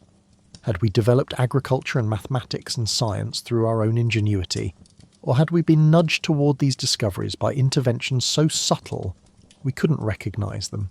Were we truly free agents shaping our own destiny, or were we following a path that had been laid out for us by intelligences that knew far better than we did where that path should lead? The question was similar to old theological debates about free will versus divine providence, but with the abstract concept of God replaced by the concrete possibility of an ancient alien civilization. The emotional response was similar too, a mixture of gratitude for guidance and resentment at manipulation, comfort in knowing someone wiser was watching over us, and anger at the implication that we weren't fully in control of our own fate. Perhaps the truth lay somewhere between the extremes. The first civilization might have set up conditions that made certain developments more likely, protecting Earth from asteroid impacts that would have sterilized the planet, ensuring that the sun's output remained stable enough for complex life to evolve, perhaps even seeding the primordial oceans with organic molecules that would kickstart the origin of life. But once those initial conditions were set, they might have stepped back, allowing evolution and history to unfold according to their own logic. The guidance would be at the level of enabling conditions rather than specific outcomes, like a parent who provides a safe environment and educational opportunities but allows their child to make their own choices and mistakes. Under this model, humanity's achievements were genuinely our own, but we had benefited from a cosmic context that was less hostile than it might otherwise have been. The first civilization hadn't told us what to discover or how to organise our societies, but they had ensured we had the time and stability to figure these things out for ourselves. Through Atlas might be their way of checking in, of seeing how we had developed, of determining whether we were ready for the next stage of whatever process they had initiated when they first set up the conditions that would allow Earth to become a living world. This perspective suggested that there might be many Earths, many worlds where the first civilization had established similar conditions and then watched to see what emerged. Most might have produced nothing, or only simple life that never evolved beyond bacterial mats. Some might have developed complex ecosystems but never given rise to intelligence. A few, like Earth, might have successfully produced technological civilizations, and perhaps an even smaller number had gone further, had survived their own crises and matured into stable civilizations that were themselves now part of the network of intelligences that populated the galaxy. This vision implied a kind of galactic ecology, a layered system of civilizations at different stages of development, with the first civilization at the apex, the newest and youngest at the base, and multiple intermediate levels in between. Each level would have responsibilities to the levels below: guidance without interference, observation without control, help without dependence. And each level would have achieved its position by successfully navigating the challenges that destroyed so many others, by making the right choices at critical moments, by developing the wisdom and maturity that allowed them to survive long enough to join the community of elder species. Humanity, in this framework, was an infant civilization, barely aware of the larger context in which we existed. We saw ourselves as alone in the universe because we lacked the capability to detect the more subtle signs of intelligence that surrounded us. We interpreted the silence of the cosmos as evidence of our isolation, when in fact we were being observed and evaluated, our development tracked and analysed by intelligences that had learned long ago to make their presence unobtrusive. Threat Atlas might be one of the first signs visible to us precisely because we had finally developed instruments sensitive enough to detect it. A reward for progress, a hint that there was more to discover if we kept looking and thinking and questioning. But this optimistic vision had to be balanced against darker possibilities. What if the first civilization's interest in younger species wasn't benevolent? What if they monitored developing civilizations not to help them, but to exploit them, to harvest their resources or knowledge, or creativity? What if 3i Atlas was a scout for an invasion, a preliminary survey before the arrival of forces that would colonize Earth and subordinate or destroy humanity? The history of contact between civilizations on Earth offered little comfort. More advanced societies had repeatedly conquered and exploited less advanced ones, justified by ideologies of superiority and manifest destiny. Why would the pattern be different at a galactic scale? The difference perhaps lay in the timescales involved and the resources available. When European powers colonized the Americas, they were motivated by competition with each other, by the need for resources that were scarce in their home territories, by pressures that operated on timescales of years and decades. But a civilization that had existed for billions of years, that had access to the resources of countless star systems, that thought in timescales of millions of years, such a civilization would not be driven by the same desperate competition for scarce resources. they would have achieved a level of abundance that made exploitation of younger species economically pointless. Moreover, a civilization that old would have had billions of years to work through the ethical implications of their actions, to develop moral frameworks sophisticated enough to handle the responsibilities that came with their power. They would have seen the consequences of exploitation and domination, would have observed countless examples of civilizations that destroyed themselves through unchecked aggression, would have learned that cooperation and mutual support led to better long-term outcomes than predation. Their ethics might have evolved beyond anything humans would recognize, but at minimum they would likely have developed strong prohibitions against actions that harmed other forms of consciousness. Unless, of course, they didn't recognize younger species as truly conscious in a morally relevant sense. This was perhaps the most troubling possibility, that the first civilization, having evolved so far beyond their origins, might have lost the ability to see creatures like humans as deserving of moral consideration. We might be to them what insects were to us, vaguely interesting from a scientific perspective, but not beings whose suffering or death mattered in any deep way. They might study us the way we studied ants, with clinical detachment, noting our behaviours and social structures without feeling any obligation to consider our interests or protect our well-being. Yet this seemed inconsistent with the effort implied by sending objects like 3I Atlas across interstellar distances. Why bother monitoring civilizations if you didn't care about them in some way? Even our study of insects involved some level of interest and respect for the forms of life we examined. A civilization sophisticated enough to maintain a galactic monitoring network would presumably have developed frameworks for understanding and valuing consciousness in its many forms, would have arrived at the conclusion that all forms of awareness were part of the same fundamental phenomenon and deserved protection and support. Perhaps the key was to recognise that benevolent might not be the right word. The first civilization's interest in humanity might not be warm or caring in the way humans understood those terms. It might be more like the interest a gardener took in their garden, a practical concern for maintaining conditions that allowed diverse forms of life to flourish, not out of emotional attachment to any individual plant, but out of commitment to the overall health and beauty of the ecosystem. They might not love us, but they might still work to ensure we had the opportunity to develop and thrive, because that served larger purposes we couldn't yet understand. This utilitarian approach was cold comfort for those who wanted to believe the universe was fundamentally caring, that consciousness was cradled in a cosmos that valued its existence. But it was better than the alternative, a universe actively hostile to intelligence, where older civilizations exploited younger ones without compunction, where survival required constant vigilance against threats from the darkness between stars. At least a gardener wanted their plants to grow, even if the individual flowers didn't matter as much as the overall display. The question of what had happened to civilizations that arose after the first, but before humanity, added another layer of complexity to these speculations. If the first civilization was 10 billion years old, and the universe had continued producing stars and planets throughout that time, then there should have been countless opportunities for other civilizations to emerge. Some might have arisen 8 billion years ago, or 5 billion, or 2 billion, each of them ancient beyond human comprehension, but young compared to the first. What had become of these intermediate civilizations?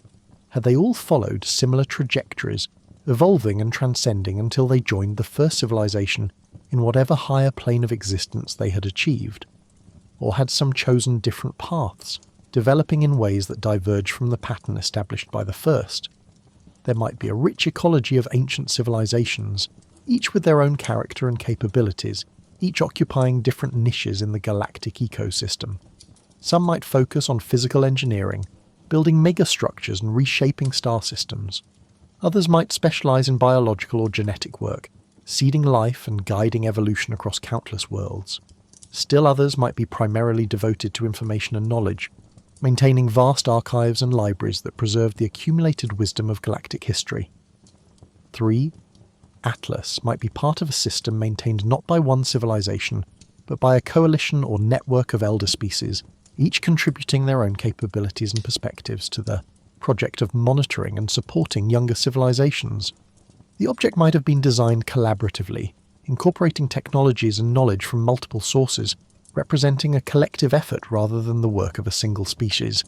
This would explain some of its strangeness. It wasn't designed according to any one species' logic, but reflected a compromise or synthesis of multiple design philosophies, multiple ways of thinking about what a monitoring probe should be and how it should function. This vision of a galactic community of ancient civilizations working together to maintain and support the emergence of new consciousness across the universe was deeply appealing. It suggested that intelligence, once it matured beyond its violent and competitive origins, naturally evolved toward cooperation and mutual support. It implied that the universe, whatever its physical indifference, had been shaped by conscious effort into something more hospitable to life and mind. The work of billions of years had created an infrastructure of observation and guidance that increased the chances that younger species would survive and thrive. But it also raised questions about why this community remained hidden, why they didn't simply reveal themselves and offer direct assistance to struggling civilizations like humanity. The answer might lie in hard-learned lessons from their own past. Perhaps early attempts at direct contact had gone badly, with younger civilizations becoming dependent on the help of their elders, never developing their own capabilities, because they could always turn to more advanced species for solutions.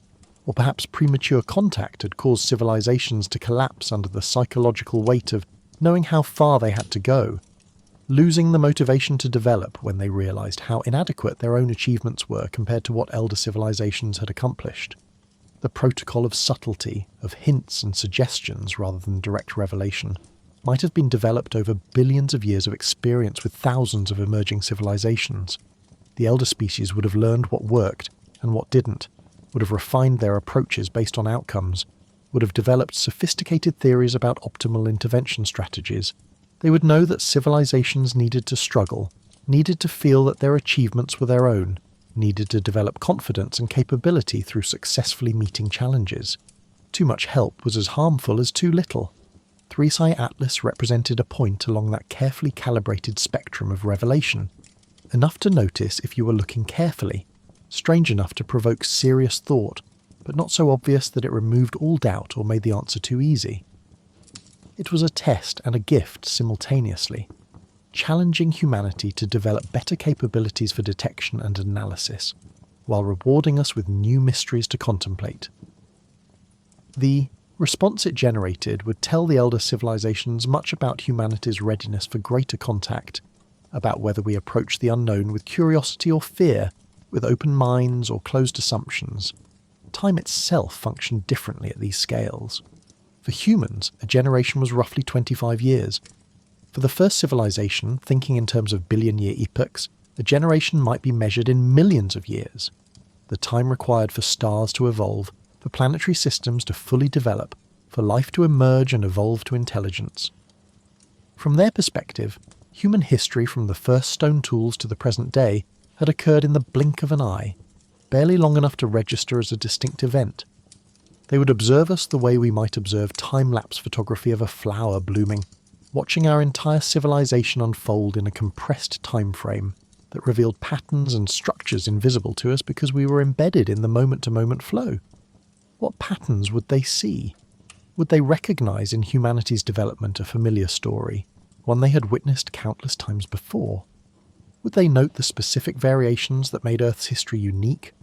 Or would it all blend together into a general category of emerging technological civilization that followed predictable pathways? Would they feel anything like nostalgia when they looked at us, remembering their own origins billions of years ago?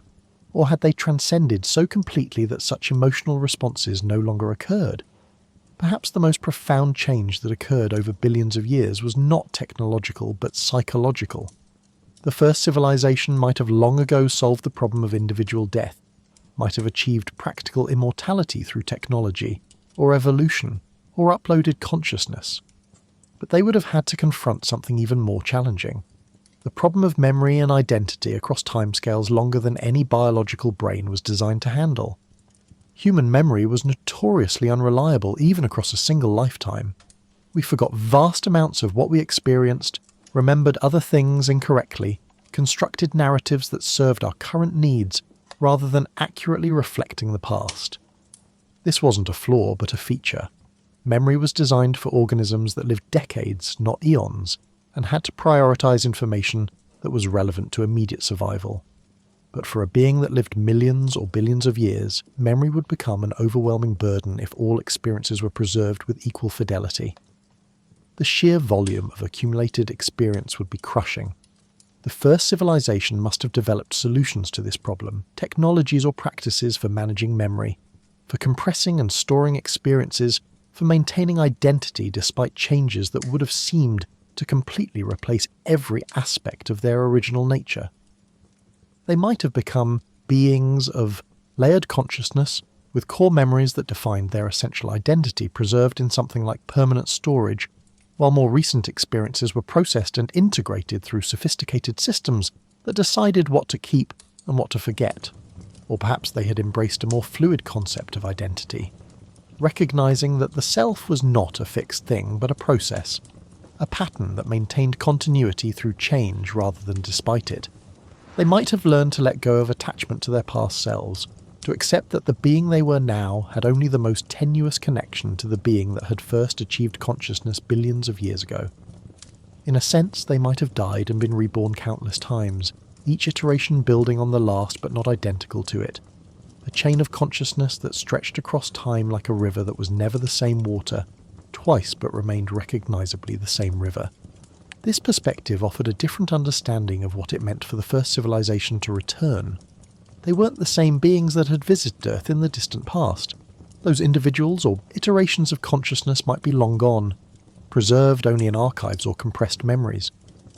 But the current version of the first civilization maintained continuity with those earlier versions, carried forward their knowledge and purposes, continued the work they had begun. The return was less like an individual person coming back, and more like a wave that had travelled across an ocean, not the same water that had left the distant shore, but still carrying the energy and pattern of that original disturbance. Humanity would face similar questions if we survived long enough. Already we grappled with issues of identity in the face of technology. If consciousness could be uploaded to computers, was the upload the same person as the biological original? If someone's body was gradually replaced with synthetic parts, at what point did they stop being human? These questions would only become more pressing as our capabilities grew, as we developed technologies that could radically alter or extend consciousness beyond its biological roots. The first civilization, having lived through billions of years of such transformations, would have answers to these questions, or at least frameworks for thinking about them that were more sophisticated than anything humanity had yet developed. Part of what they might offer to younger civilizations was guidance on these philosophical and existential challenges, help in navigating the transitions that accompanied technological transcendence. They would know from experience what pitfalls to avoid, what choices led to flourishing and what choices led to decline or extinction of consciousness, even if the physical substrate persisted. 3-I Atlas might carry encoded within it not just data but wisdom, insights about the nature of consciousness and identity, about how to preserve what was essential while allowing for growth and change, about how to remain recognizably yourself across transformations that would seem to completely alter every aspect of your being. This wisdom couldn't be transmitted directly, couldn't be reduced to instructions or formulas. It had to be learned through experience, through struggling with the questions and discovering the answers in ways that were authentic to each civilization's own nature and circumstances. But hints could be provided, clues that might make the journey less dangerous, signposts that marked paths that others had successfully travelled before. In the end, the question of whether 3-I Atlas represented the first civilization returning was inseparable from deeper questions about the nature of identity, continuity, and purpose across deep time. What did it mean to be the same civilization after billions of years? What connected the first consciousness to arise in the galaxy to whatever that consciousness had become after eons of evolution and transformation? The answer couldn't be found in physical continuity, or even in direct memory, but perhaps in commitment to certain values, certain purposes, certain ways of being in the universe that persisted across all the changes. If the first civilization was returning, they were returning not as they once were, but as they had become. Beings of such complexity and capability that we could only glimpse fragments of their nature, could only perceive the tiny portion of their existence that intersected with the physical dimensions we inhabited. 3-I Atlas was like a fingertip reaching through a 2-dimensional plane into a 3-dimensional world. The inhabitants of that plane would see only a small circle, would have no concept of the hand and arm and body that extended beyond their perceptual abilities, would struggle to understand what that circle represented or what purposes it served. We were the inhabitants of that plane, and 3i Atlas was the fingertip. Behind it extended dimensions of existence we couldn't perceive, purposes we couldn't fathom, a consciousness so vast and ancient that we related to it the way bacteria related to humans, utterly incapable of comprehending the nature of the intelligence that observed them. But unlike bacteria, we had the capacity to know that we didn't understand, to recognise our own limitations, to ask questions even if we couldn't yet grasp the answers. And that capacity, that self-aware ignorance combined with persistent curiosity, might be exactly what the first civilization was looking for. The sign that humanity was ready to take the first steps toward joining the community of conscious beings that shaped the galaxy's long history.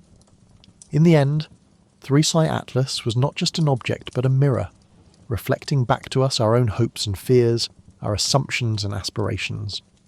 What we saw in it revealed as much about humanity as it did about the universe, and in choosing how to respond to its passage, in deciding whether to remain open to extraordinary possibilities or retreat into comfortable explanations, we were shaping not just our understanding of this one object, but our entire future as a species. The choice was ours, and the consequences would echo across the stars.